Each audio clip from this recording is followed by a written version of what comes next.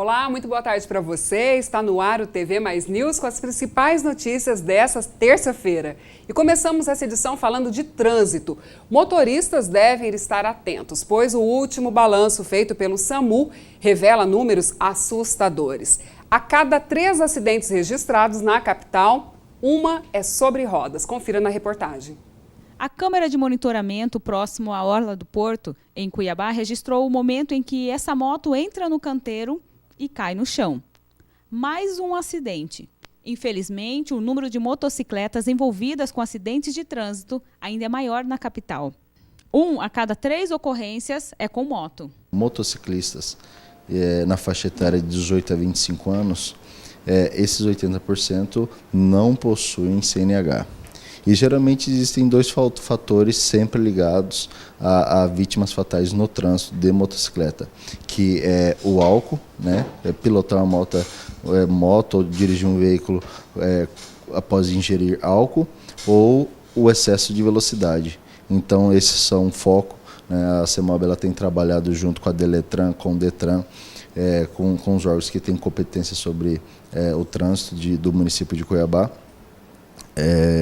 Com a lei seca, no intuito de abordar condutores que dirigem e fazem o uso do álcool, né? Então nós tentamos diminuir dessa forma. Esse outro acidente aconteceu próximo à Avenida do CPA. Um carro se colidiu com uma moto e felizmente não passou de um susto para o condutor da motocicleta e para o motorista do carro.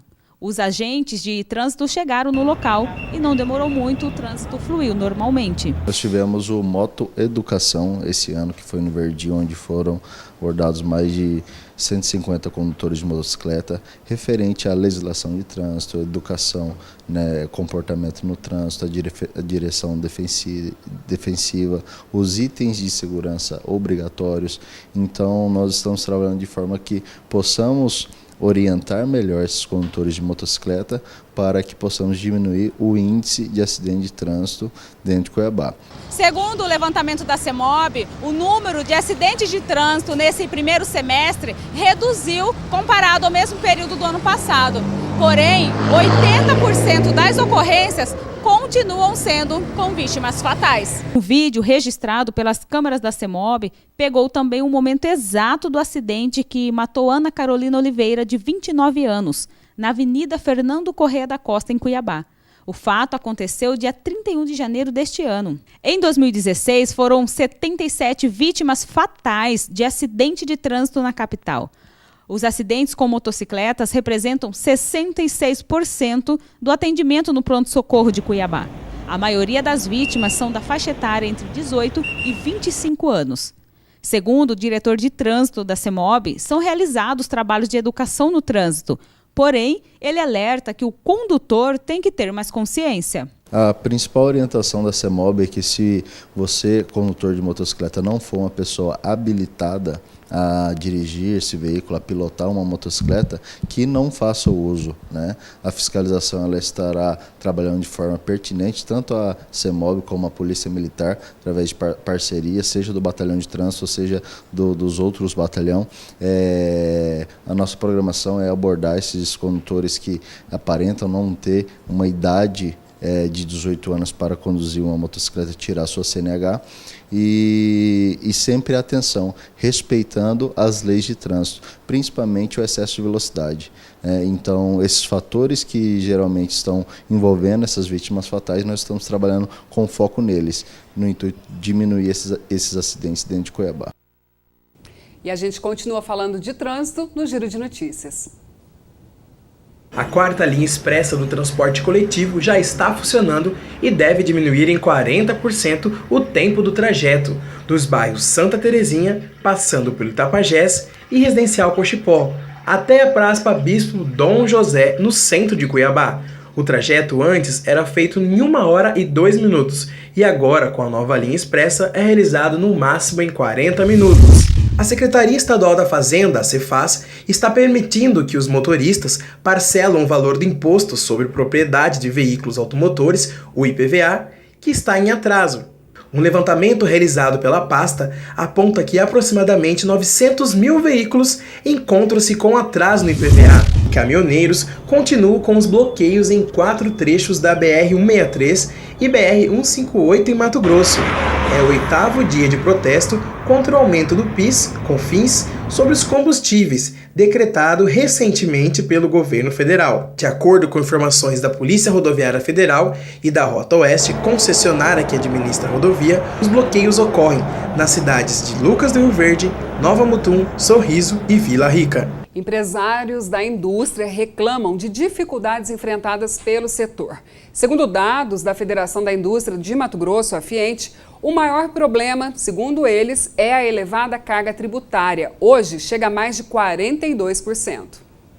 Após o governo de Mato Grosso adotar medidas para alinhar a legislação tributária do Estado com as regras da legislação nacional, vários segmentos da indústria acabaram fechando suas portas. Temos um problema econômico no país.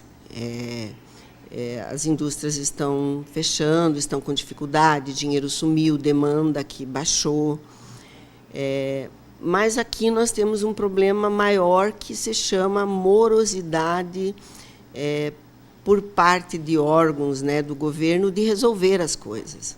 O objetivo do governo de Mato Grosso era de acabar com as irregularidades do regime tributário estadual, que vinha sendo praticado de forma injusta e desleal entre os empresários. Se manter no mercado hoje é um desafio para todos e, de acordo com a presidente da associação, estão driblando essa deficiência econômica para poder sobreviver. O governo olha e diz assim, não, o MP não permite que seja renovado porque perdeu o prazo. Ora, e quem é o problema dos 170 empregos diretos que essa empresa vai fechar? É do Mato Grosso, é do governo. Esses 170 empregos vão ficar aqui, esses trabalhadores que vão perder o emprego vão ficar aqui. E aí? O seu Carlos possui seu próprio negócio no ramo de panificação há 20 anos. Uma empresa que começou em casa e vem passando de geração para geração. Com a verticalização das leis tributárias, o empresário, de forma desmotivada, fala sobre as percas do mercado e da falta de oportunidade de poder colaborar ainda mais com o Estado. A política hoje de tributo, ela é injusta? Ela é muito injusta. Hoje a micro e pequena empresa, ela acaba pagando mais impostos que uma empresa de grande porte. Ela não tem nenhum incentivo para se produzir. De uma forma resumida, o empresário explica sobre as diferenças do mercado atualmente. Segundo ele, a pequena e média empresa é que vem mantendo um equilíbrio no mercado industrial. A micro e pequena indústria do estado de Mato Grosso hoje, ela é a que mais gera emprego individualmente e coletivamente. Ela é a que sustenta a economia industrial hoje do estado. E ela não se tem nenhum plano de governo, de incentivo ou até um plano de voo para essa pequena indústria. Ela fica meio à deriva aí. Quando se fala dos tributos, estamos mexendo com a economia de um mercado e suas funções dentro do sistema financeiro.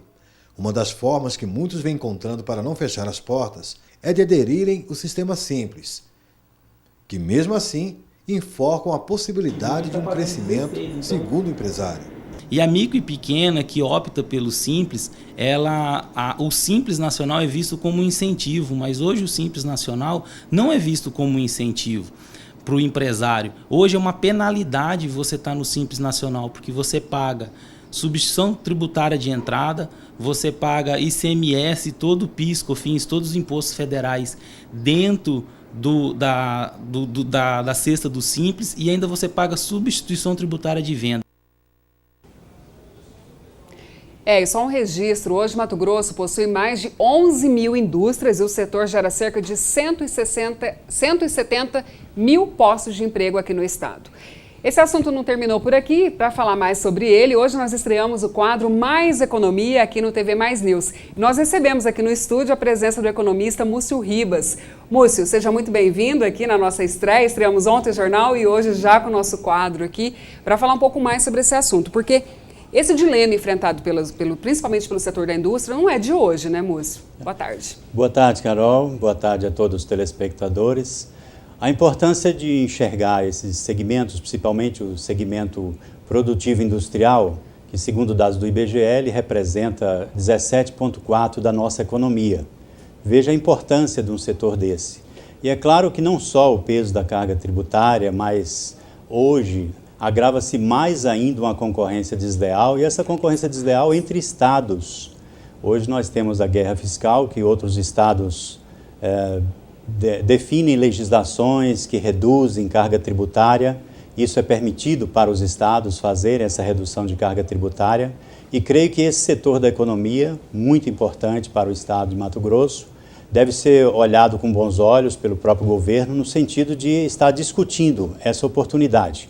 Hoje foi publicada a Lei Complementar 160, sancionada pelo presidente Temer, e ela está dando uma oportunidade para reorganização dos setores, principalmente no caso dos estados, quando se trata de incentivo fiscal. Os estados usam as leis de incentivos fiscais para essas reduções tributárias. E Mato Grosso não pode perder essa oportunidade de aproveitar esse momento que essa lei complementar está dando um prazo de 180 dias, ou seja, 6 meses, para que os estados levem essas discussões para o governo federal através do CONFAS. É claro que essa iniciativa não deve ser só do governo, deve ter a participação do setor, até porque o setor está reclamando com razão, em razão não só da complexidade da legislação tributária, mas também desse peso tributário que envolve os tributos federais, tributos estaduais, tributos municipais. E no caso nosso, Mato Grosso, temos a oportunidade agora de reorganizar o setor de indústria com esses benefícios que a legislação está permitindo. Temos aí 180 dias, creio que é um prazo razoável para que todos possam fazer uma discussão, e essa discussão tem que levar em conta algo que é muito importante: enxergar a cadeia produtiva plena. Não é possível fazer incentivo de ICMS só para determinadas empresas isoladamente.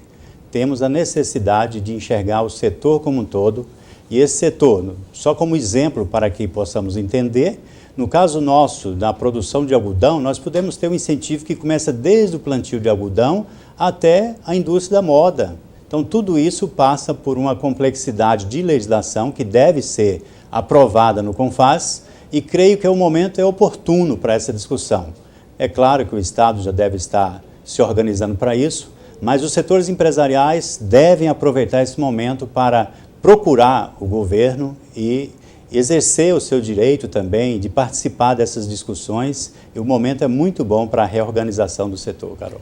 E a gente volta a falar sobre os problemas enfrentados aí pelos empresários da indústria, porque nossa equipe foi saber como que o governo do estado, o que tem sido feito, né, pelo governo do estado para sanar aqueles problemas que foram apontados pelos industriais. Confira a entrevista com o secretário adjunto de Empreendedorismo e Investimento do estado, Leopoldo Rodrigues de Mendonça.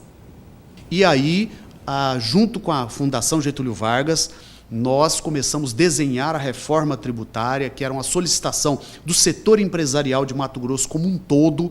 A nossa legislação tributária, para quem conhece, ela é um absurdo que ninguém entende, né?